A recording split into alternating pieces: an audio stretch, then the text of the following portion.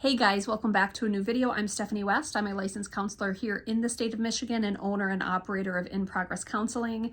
I'm going to use a bit of maybe a quirky analogy here today, but it's one I've ran through with several clients recently. You'll understand in a minute why run through is actually quite a fun pun here. But it's something I have invited in several client stories recently around the topic of anticipatory grief. So anticipatory grief is my awareness that something significant is ending. So let's say I'm losing a job that I very much like. I don't want it to end. Let's say I'm coming to the end of college and I'm about to be thrust into kind of a new chapter of life, but I really like this chapter of life. Let's say that I'm about to get married, but leaving this particular kind of freedom of my pre-married life, there's this grieving that can happen because all change involves loss. All loss involves grief. That's attributed to Joe Martino's the one that said it to me. I don't know if it goes further back than him, but I want to give due credit here.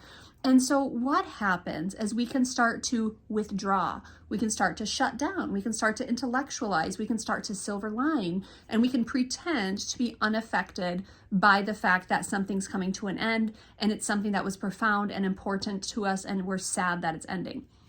My typical strategy, at least through my mid-20s, I never went to my last day of work because it was too hard. I don't want to say goodbye. It's too uncomfortable. That's not a cute look, and that's not something that is a testament to wellness by any means. That wasn't health running for me. That was avoidance. That was being, conflict aversive, or that was being too uncomfortable to do what I had promised to do. So not a good look. But what analogy I use with these clients is I said, imagine if at the end of May this year, you're getting your right leg amputated. Now, I can't tell you why. I can just tell you it's medically necessary. And for the next 2 months, you have 2 legs. At the end of May, your leg is gone. What you gonna do these next 2 months?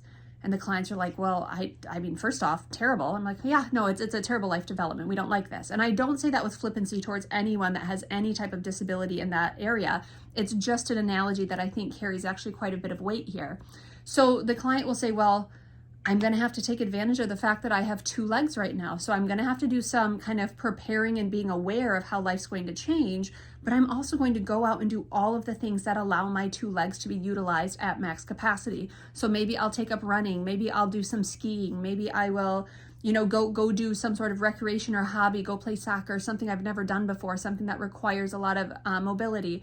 And so they start to think through, I'm on this timeline, I only have this time in front of me. How do I stay present in it? How do I take advantage of the gift of this season without prematurely grieving and pulling myself out of it? Because I'll say to them, you know what? It's going to be too hard to lose it at the end of May. Let's just amputate today. And they're, of course, like, no, I don't want to amputate today. Okay.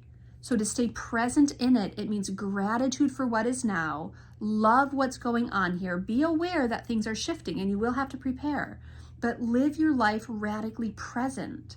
And that's the thing that anticipatory grief can often rob us of, this worry about, well, what if, or what if when, or what will it be like? Well, it's not that way today.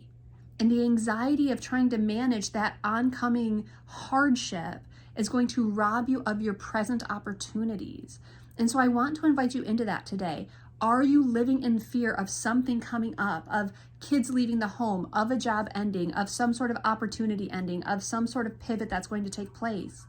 Can you take advantage of the season that is now without retreating or without prematurely amputating your leg? I think we're being invited in to consider, what does it look like to stay radically present in our life? The grief will be there, but let it hold hands with the opportunities and the privileges and the responsibilities of this season without trying to tap out prematurely. Don't prematurely cripple yourself just because something's coming down the pike that might be really hard for us.